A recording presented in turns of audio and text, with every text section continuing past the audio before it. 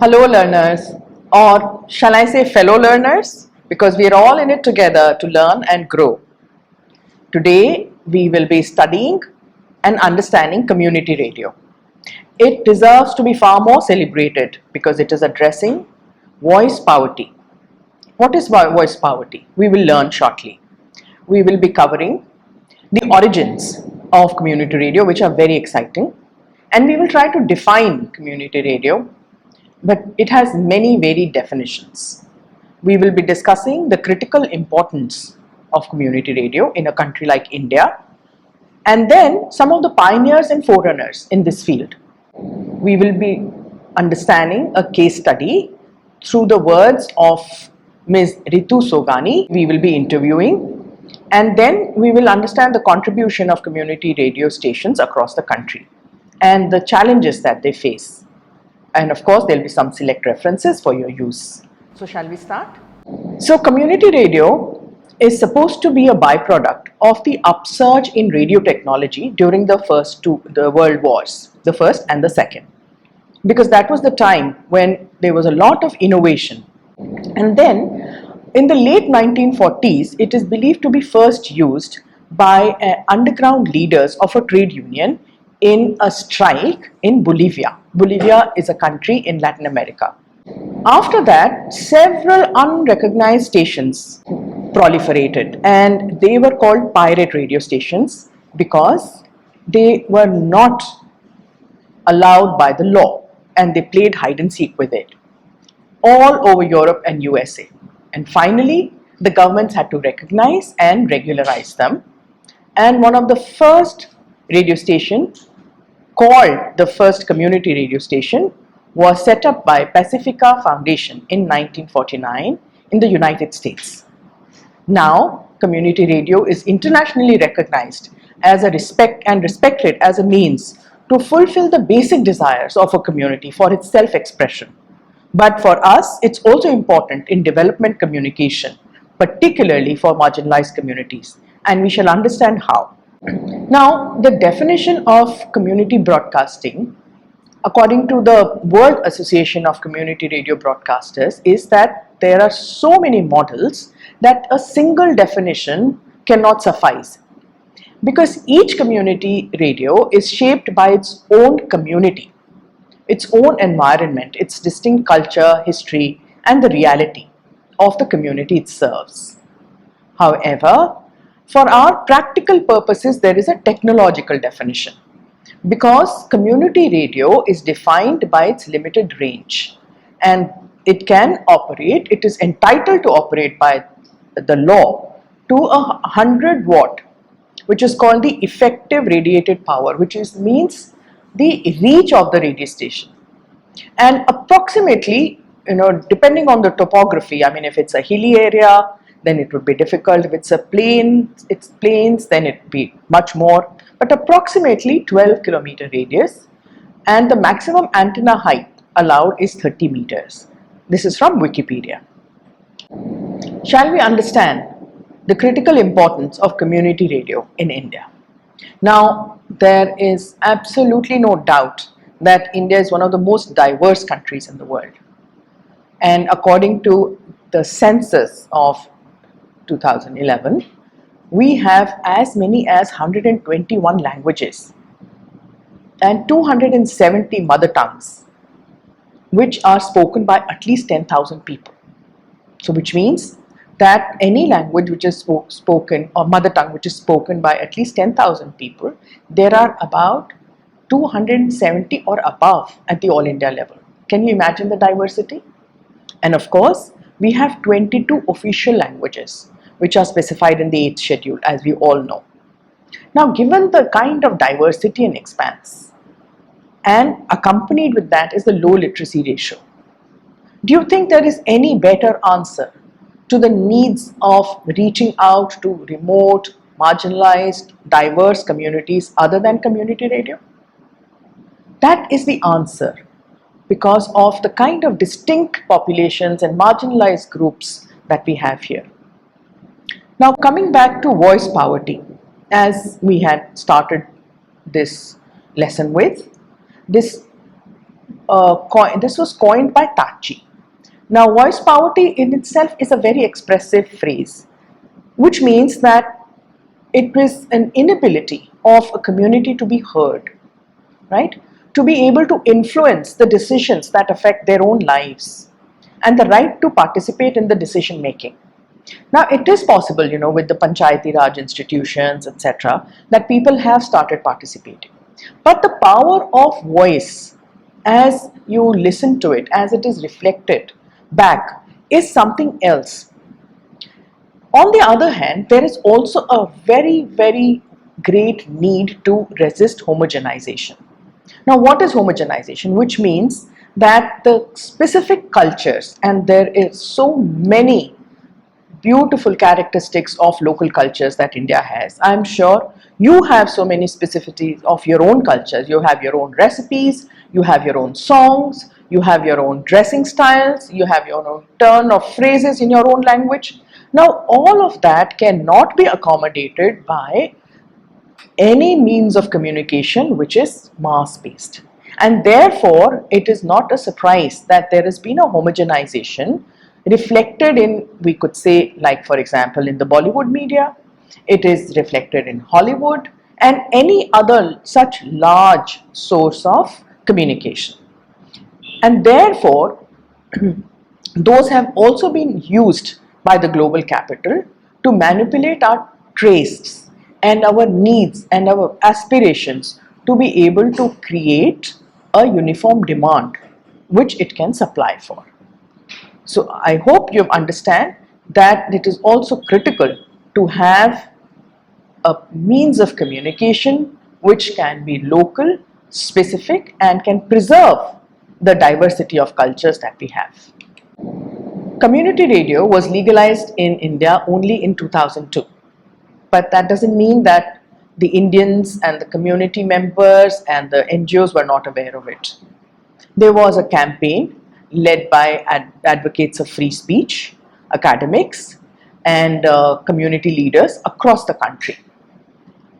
But before all of this happened, there were still experiments which validated the need for such a means of communication, and these experiments became the pioneering efforts and were celebrated. The first was in Bangalore. It was done by Voices, and it worked with the NGO Myrada. The second was done by Drishti Media Collective, working with Kutch Mahila Vikas Sangathan in Gujarat. So they used a strategy called narrowcasting. So narrowcasting is opposed to broadcasting, right? Narrowcasting means targeting a specific community. And they did this to circumvent the policy restrictions. They trained rural reporters, which was the most important thing, and then they produced audio programs. So instead of broadcasting them or putting them on the radio waves, which was not permitted, they played them over loudspeakers. But their impact was enough to demonstrate that such a need existed, and it was the best possible way to serve that need was through community radio. The campaign further picked up in the 1990s, and the turning point came in 1995 when the Supreme Court declared that the airwaves are public property and therefore must be used for public good. Let's hear an excerpt from one such community radio station called Chirag Wani, which operates in South Bihar, and it is run by Pradhan, an NGO which works with Santhal community. You will hear a voice of a community member and you can judge for yourself what is the kind of information and communication which comes from the ground and its value. मेरा नाम अंजलि, मैं मामला पंचायत से बोल रही हूँ और इस बरमसिया गांव से। आप सभी को मालूम ही होगा कि 100 रोगों का एक दवा है चिरोटा, जो जंगल में पाया जाता है। कम खर्च में बीमारी से बनती चिरोटा, जो कि शरीर के हर बीमारी, फोड़ा, फुंसी, खसरा, खुजली, घाव, ये सब खून खराबी से होता है। मुंह में खाना स्वाद न लगना, कमजोर होना, आप चिरोटा का इस्तेमाल करके देखिए और भरपूर इसकी फायदा उठाइए। चिरोटा को कैसे खाएं? इसे पीस कर छोटे छोटे गोली बनाकर सुखा दें, और रोज एक एक गोली खाएं। दूसरे तरीका रात में पानी में फुला कर रखें और सवेरे उस पानी से खाली पेट में पिए। आजकल के दिन में जंगल में बढ़ता है और गर्मी का दिन में ये पशु लोग चढ़ जाते हैं, इसलिए मैं ये दवा के बारे में बता रही हूँ। धन्यवाद। Realizing this value, the community radio stations were set up very quickly in India. The first one, called Anna FM, was set up in the campus of Anna University in 2004. But the first community-based radio station which came up in was called Sangam Radio, and it was licensed to Deccan Development Society in Andhra Pradesh in 2008. And that happened because the Government of India notified the new community radio guidelines in 2006, which permitted civil society organizations to own and operate community radio stations. To date, there are 289 stations which have been granted these licenses in campuses and in community-based organizations.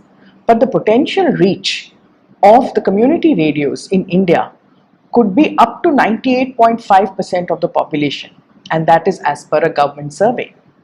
And it is logical. You can yourself see that homes that have radio would easily outnumber those with other gadgets like television or computers.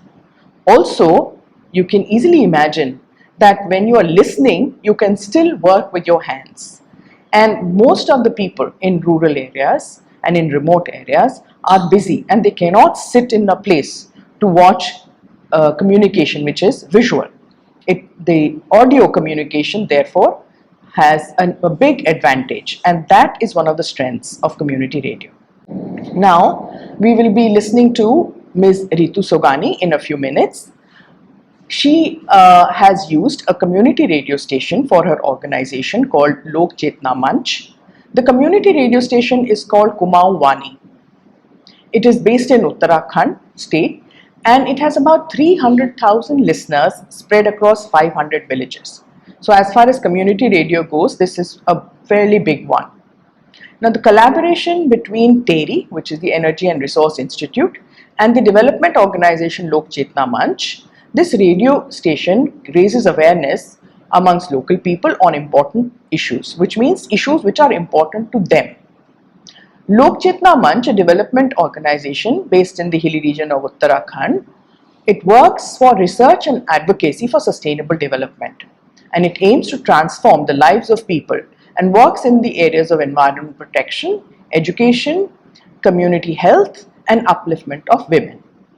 Let's listen to Ms. Ritu Sugani. So, I would like to welcome you, Ritu, to share with us your experiences about setting up Kumaon Wani in the remote areas of Kumaon. And we would like to understand from you your experiences and the impact that the community radio has had. So let's begin with how you started and a little bit about yourself and your organization. Thank you, Sejo, and thank you so much for giving me this opportunity to be part of this very important course, and to be also for the opportunity to be able to talk about something which is not usually spoken about, and which is not so popularly known. I mean, the informal mode of communications. My name is Ritu Sugani, and I have been working in the hills in the Middle Himalayan ranges since 1998 on the issues relating to traditional knowledge systems and practices. That is, people's own knowledge relating to agriculture, relating to natural resource management, relating to livestock rearing, relating to how to keep good health in remote, inaccessible areas, making use of the locally available resources, be it cultivable varieties, be it non-cultivable varieties, and also by their knowledge of herbs and other medicinal purposes of food grains and other food items. So this knowledge that people have, this knowledge has played a very, very important role over all these years, I mean centuries together. And it is an informal knowledge, meaning that it's not in a coded form, it's handed down from generation to generation. But as I said, it has played a very, very important role in the sustainable livelihood of people, particularly in remote, difficult conditions of living. And Middle Himalayan ranges where we are living, actually their conditions of living are very difficult. So the traditional knowledge system the biocultural diversity, that is the biological and the cultural diversity, and the associated knowledge system has been very rich. But unfortunately, for various reasons, actually, it has been on a decline. The resources as well as the associated knowledge system, the reasons are many, the factors are many.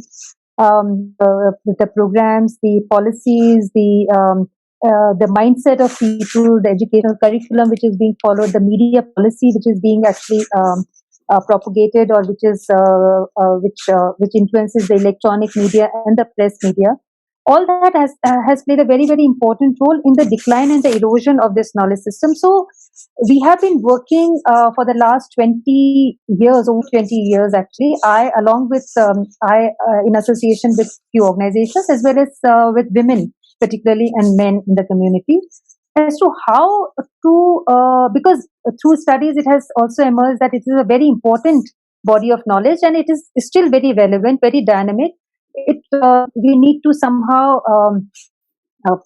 protect it, preserve it, and strengthen it through amalgamation of the emerging knowledge system, and also promote it using it as a base of livelihood strategies.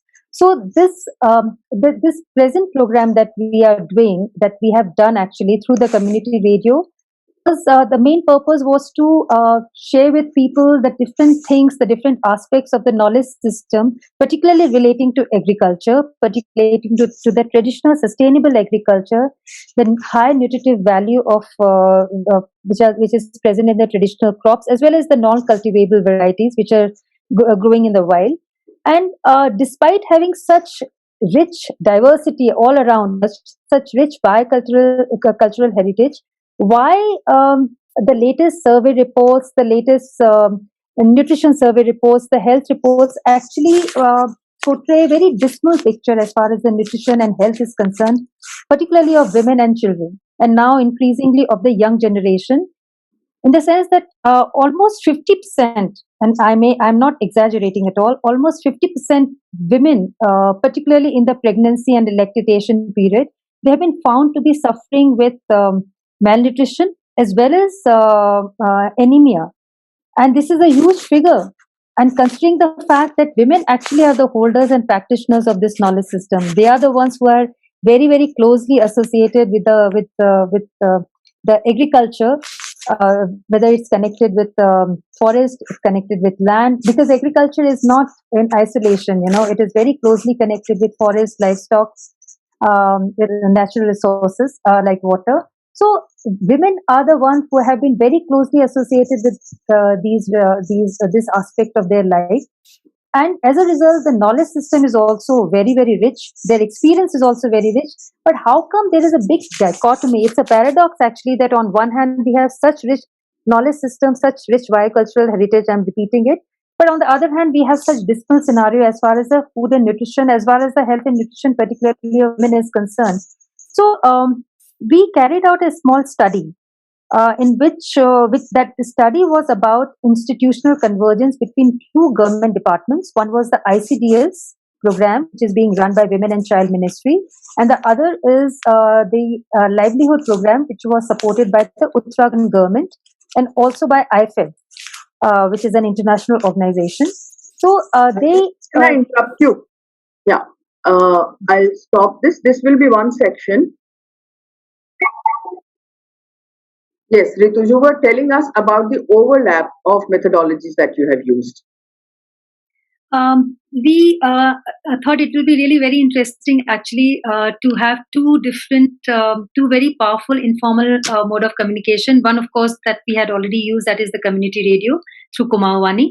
The other, we thought that it will be very interesting to have folk theatre to convey the same message around the same themes, using the folk plays by the local people, prepared by the local people, and also shared with people in the local language.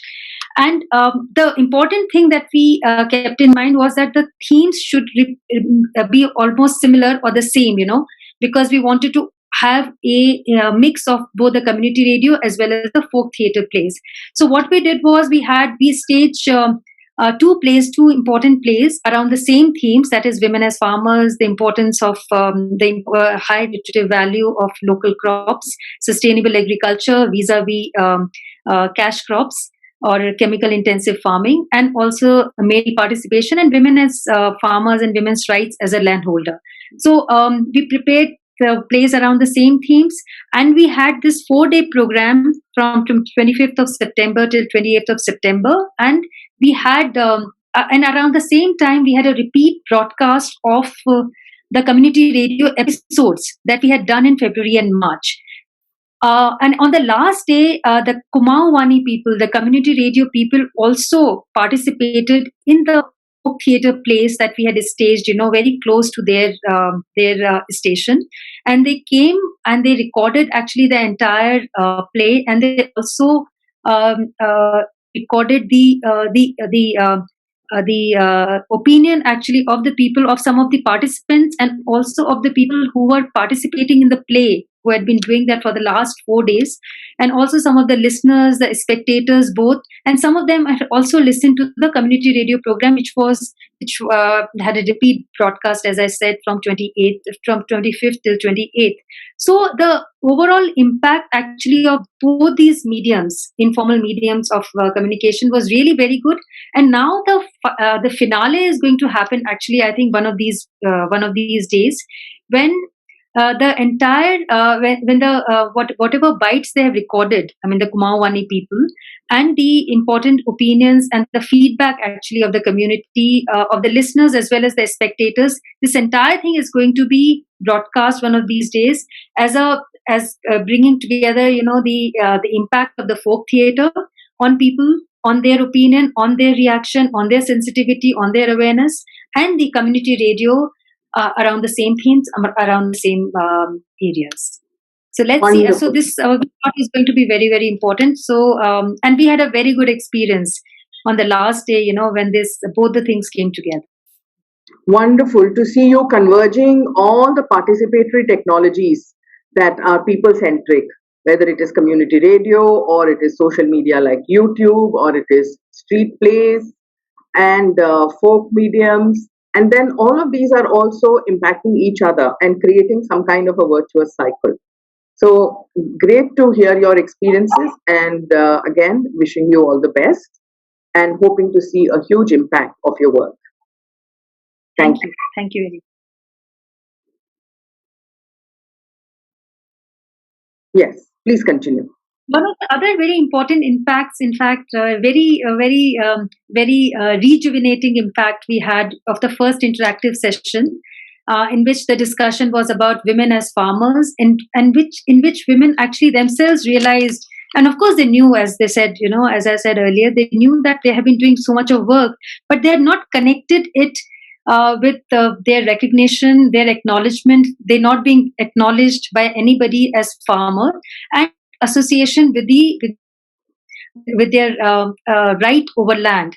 So some of the women actually came up with this reaction that it's really very, very important to understand as to what kind of implication it can have if we are recognized as farmers. Many of the women actually came up with this kind of opinion, and they said that it's very important also to have the land on which they have been spending all their lives, right from their right when they're small girls till after they get married, and they continue with their work on the land. But that association, the legal right that they should have over the land, that is not there. And one of the women actually even said that it's really very, very sad that I get the land in my name only after the death of my husband. And it's really very sad that I have to. She said it, of course, smilingly, because she was looking at it in a very sarcastic way, that we have to wait till the passing away of our husband, which was actually very sad in a way, to have the land on which we have been spending so much of our time every day in our name. And then they all decided also that they are going to raise this issue. At least the awareness levels need to go high. At least the awareness levels in the discussion, through the discussion at the family level need to go high, at the household level need to go high, so that at least their daughters also get some name till the policy level change happens. At least they can make some changes at the household level. And they also said at the community level, this issue needs to be raised in the Gram Sabha meeting at the Gram Panchayat level, so that some kind of positive reaction or some kind of positive action could be taken at the grassroots level, at the village level, at the Gram Panchayat level. So that was really very heartening, to hear and see. Thank you, thank you, thank you. Okay, so this is wonderful. I hope I'll be able to. So, friends, what did we learn from Ms. Sugani? We understood that she was very worried about the critical condition of health of lactating and pregnant mothers. And there was an urgent need for them to understand that the nutrition sources were around them, but they were not accessing it. And therefore, this was a communication gap which she needed to address. The second impact that she needed was to understand the position of women and for women and men to do something about it. And when she understood the impact that the radio had, coupled with the use of folk theatre, she was herself astonished to see how men and women both realized that the women's place in society has to change. Women have to understand that they are as much entitled to land rights as men because they spend most of their lives working on the field. And men understood the amount of responsibility and burden of work on women. Whereas earlier they said, oh, women, they are just at home, they're housewives. And then they suddenly understood that the work was far greater. And this was by a very good use of folk theatre coupled with community radio. And this is very important when messages get reinforced because change is a difficult process. And so we can see for ourselves that the contribution of community radios, which are immediate, which are specific, can relatively better serve the media dark areas of India. Especially media dark areas, which means where you have no internet, where there is no reach, those areas especially are underserved. But even when there are areas which have the reach of mass media, they have the specific information communication needs of the rural poor and the urban marginalized communities can be better met by communication which is directed at them, which is owned by them, and which is available to them. Therefore, community radio again fits the bill. It has also been wonderful to see that community radios across the country have a very high participation of women and other marginalized groups. And this is not surprising because these groups have been waiting for self-expression, which community radio has given to them. And which means that community radio has established itself as a fairly democratic and participatory process and accessible for artistic and cultural expression, which means it is available to the local folk artist, it is available to children who want to express themselves, it is available to the wisdom of old storytellers, and then how important is your own local language? I'm sure you all love your mother tongues. So if you are able to get locally relevant content in your own local language, it is not only useful for you and is wonderful for you, it is also important for preservation of your local language. And lastly, the important role played by such a hyper-local media. Hyper-local media means which is intensely local, such as community radio serving a few villages or a few bastis in a critical situation.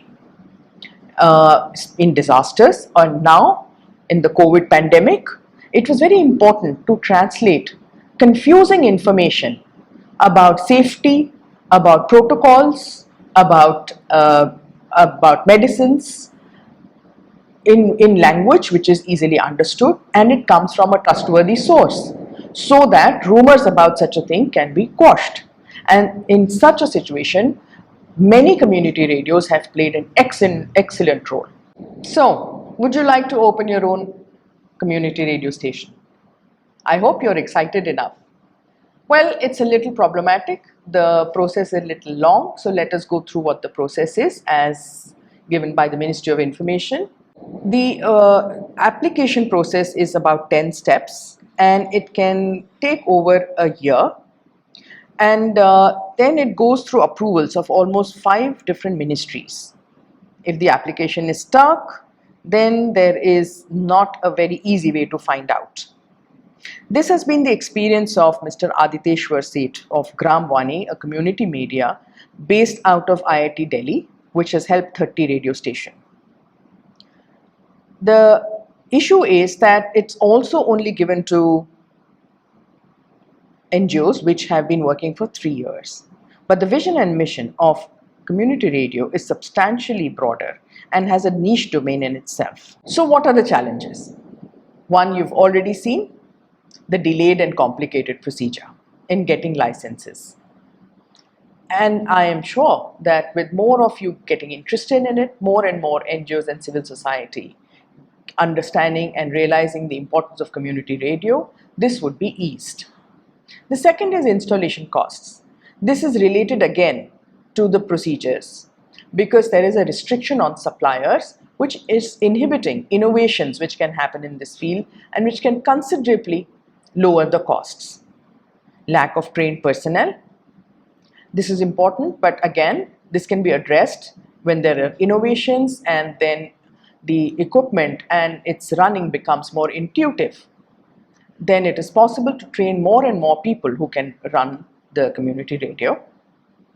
Then again, maintenance, which you're familiar with, it's very difficult in remote locations given the kind of breakdowns which equipment can have and the kind of repair work that it may need, and of course power cuts. But these are not unsurmountable issues. The more important and more difficult issues which the community radios have been facing is the question of cost. In meeting the day-to-day cost, the rules allow 5 minutes of advertising for every hour of broadcast. And if used carefully, the local businesses can perhaps help to run the local radio station. So therefore, it is quite imperative that much more support is needed from governments at local, state and central level, but also the civil society, as community radios will help fulfill several SDGs